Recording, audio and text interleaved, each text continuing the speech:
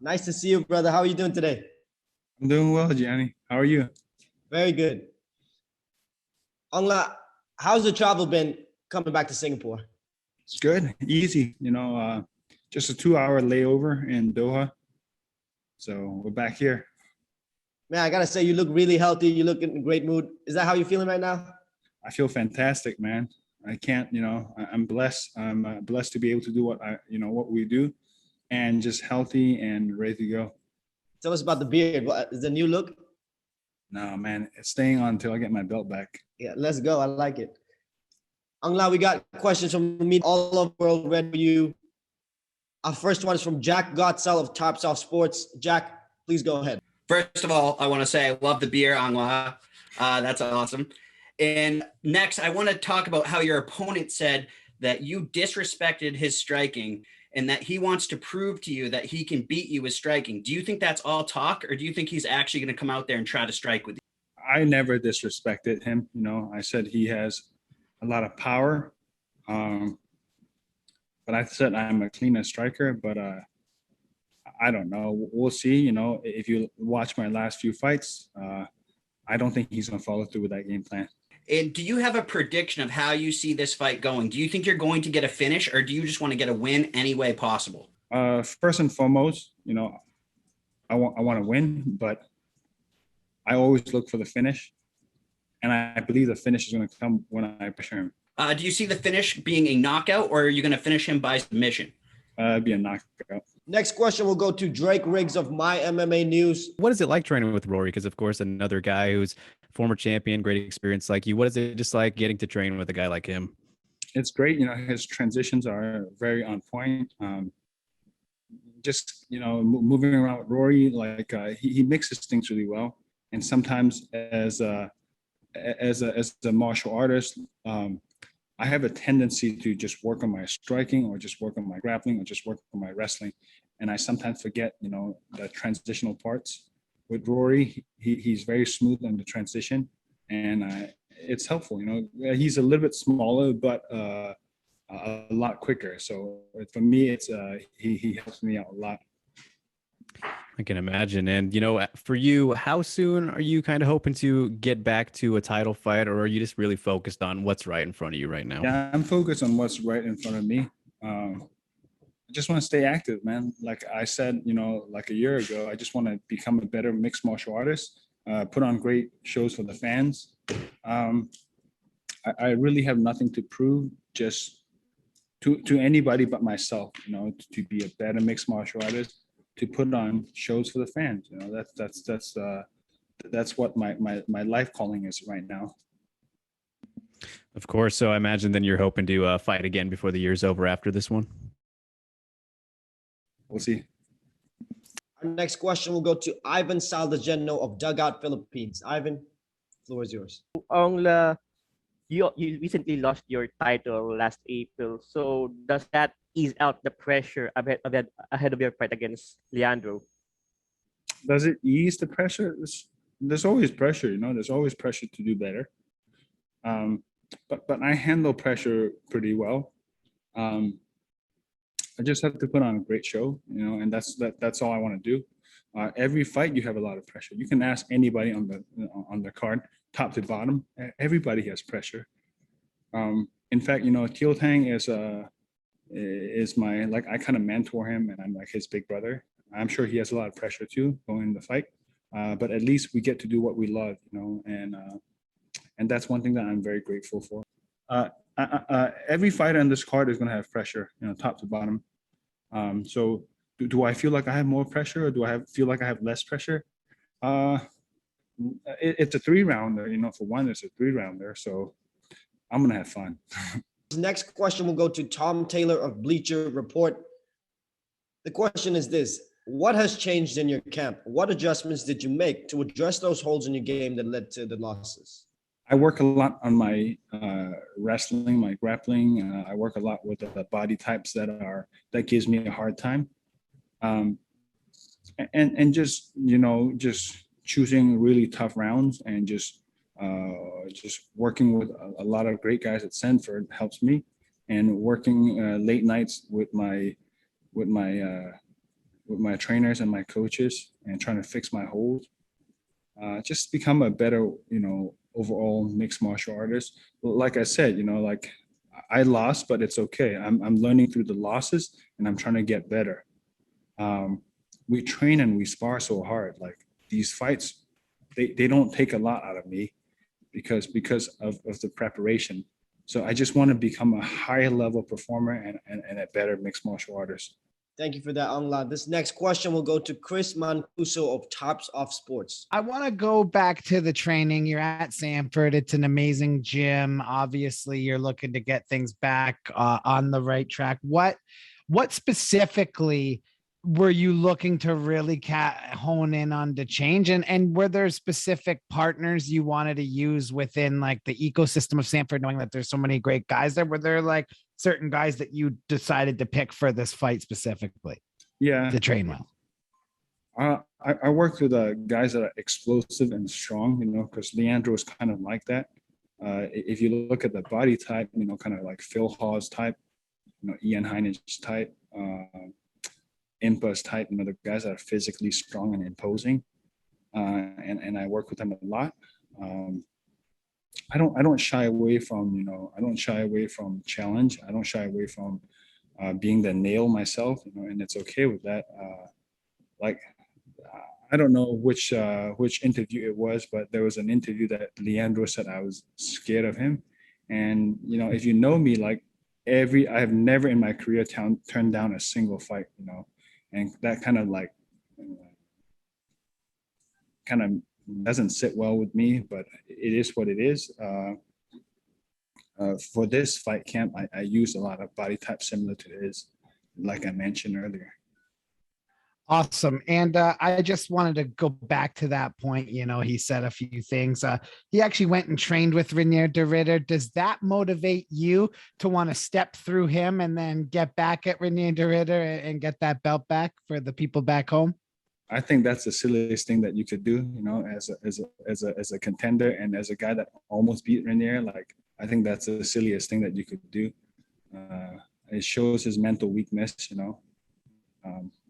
I don't know what Renier is going to teach him, but like a body type is stylistically and body types gives you issue, but his body type's nothing like Renier, so it doesn't really matter, But if he does train with Renier, this is going to make it it's going to make it weird for him. But whatever, he can do what he wants. Next question goes to Kyle Siegel of Going Live Podcast. We just had a question. We've been following you for years. You've been the face of one. You had this unfortunate bad luck where you had to face the same opponent, 2 fights in a row. What's your ultimate goal now? Are you focused on the middleweight championship? Are you focused on the light heavyweight championship? What are your thoughts? As far as my body type go, like as far as for my body, middleweight is the best. So I'm going to stay there. I'm going to try to be the best version of myself, put on great shows to the fan. I'm going to stay at middleweight and I will get my belt back. Like everybody has setbacks, everybody has setbacks, everybody fall, but it's how you deal with your challenge is what matters, and I did it once and I'll do it again. And I promise you that I'll get my belt back. That's great to hear, Aung. We're big fans over here in Los Angeles, California. I have a question. Did you feel like it was, not necessary when you had to fight for your second belt against the same opponent? What were your kind of thoughts? He took one belt away from you and then you had to fight him for your second belt. Well, I wasn't supposed to fight him. I was supposed to fight Vitaly, a trilogy fight. And then when I got to Doha, somehow Vitaly has COVID, and they changed the opponent. And in my head, I'm like, oh, but like I'm always down. I don't care. Like if I say I am who I am, I should be able to face whoever. And I have never turned down a fight in my whole life, and I will never ever turn down a fight in my whole life. I'll fight anyone and at any time. And for me, it is what it is. I have to be better. I have to, how everybody has like a fighter that like stylistically matches up bad against them, And for me, Renier is the guy that stylistically is a bad matchup. But he's got to do what I've done already. He's got to defend his title multiple times like I have, and he might never be able to do that. But if he is, good for him. And I'm more focused on me becoming a better mixed martial artist and being able to deal with any of my weaknesses. Improve on my weaknesses and become a better mixed martial artist. And put on great shows for the fan. That's my main goal and main objective right now. Next question will go to Ranjit Ravindran of Locker Room. Hi, Ongla. So just wanted to check. You already mentioned about the fight between against Vitaly that got cancelled. So in future, where do you see the fight fitting in when we go forward? Maybe next fight, after this one, we'll see. It's really up to one championship. Whoever they put in front of me, like I have 14 fights in one championship, and I have never turned down a fight. I've never turned down a fight against anybody. And that's just who I am. And I don't call people out, but I know a lot of people that called me out when I was a champion. And so let's make those fight happen. Vitaly Big Dash, we can do a trilogy matchup after this. But I want to stay active. I've been training. I've been trying to become a better version of myself. Like I've never claimed to be the best, but I'm always down for a scrap. Okay, one more question. So this fight with Leandro has been making in 4 years. So do you think it's a bit late, considering you guys have been around for a long time now? No, I think it's perfect time. It's perfect time. He's healthy. I'm healthy. We're more skilled now, and I think it will make for a great fight. Our next question goes to Dylan Bowker of My MMA News. I'm just curious because earlier on you specifically mentioned that this one is a 3-rounder, and also you said you really want to apply that pressure. I mean, you always really bring it, but just those two factors considered there. I mean, do we see the most action-intensive Aung La that we've seen in the one circle in a while? For sure. Like last couple of fights, I felt like I was too on the defensive end, and it just wasn't a fun fight. Like I felt more like a grappling match than anything. I really hope Leandro throws down and we make a good fight. Like I want him to really try to hurt me, and I want to make it exciting for the fans. And just as a quick follow-up, because I saw the Instagram pad work video you had there with Henry Hooft the other day, and in the comment section, Sadiq Yusuf was saying the beard adds about plus 15 power on the stats. Can you confirm or deny? My boy Sadiq, he's right, man. It's all business here and savage down here. Our next question will go to Ivan Salagendo of Dugout Philippines. Ivan, please go ahead. Aungla, you actually answered my first question earlier, so it's fine. So my follow-up question is, after assuming you win on Friday night, are you looking forward to have a rematch with Rainier next? It doesn't really matter. It depends on what one championship says. If I do, I'll prepare well for him. If not, there are still a lot of like great matchups there. Like we have earlier the welterweight champion, right? Karim. Kamran Abbasov. Yeah. Abbasov. He said he's waiting for me. I'm here. If he's healthy, let's go for it. And I know Yoshi Okami is a legend, and he wants a match with me. There's so many exciting matchups, that we can do. A Big Dash trilogy matchups, like I'm not like, I just want to put on great shows for the fan. I have a couple more years left in me where I want to be the best version of myself and put on exciting shows for the fans. I really have nothing to prove, and nothing to prove to my haters or whoever the naysayers. I'm just blessed to be able to do what I do, and I want to do the best job, at what I do. So you're open to cutting down weight, move down to welterweight and fight Abbasov? No, he's got to come up. He said he's the one that waiting for me. So he's got to come up to middleweight. All right. Thank you very much, Aungla. I don't think I can cut down to welterweight anymore. I've gained a lot of muscle since I went up to light heavyweight. So Our next question goes to Jack Gottsell of Tarp Soft Sports. Before you were a professional fighter, you were a beekeeper, and you do so much charity work for wildlife in schools back in your home country. What does it mean to be a hero to your country and to be able to give back to them? I don't see myself as a hero at all. I'm just a regular guy like yourself. I do have a lot of following on Facebook and such.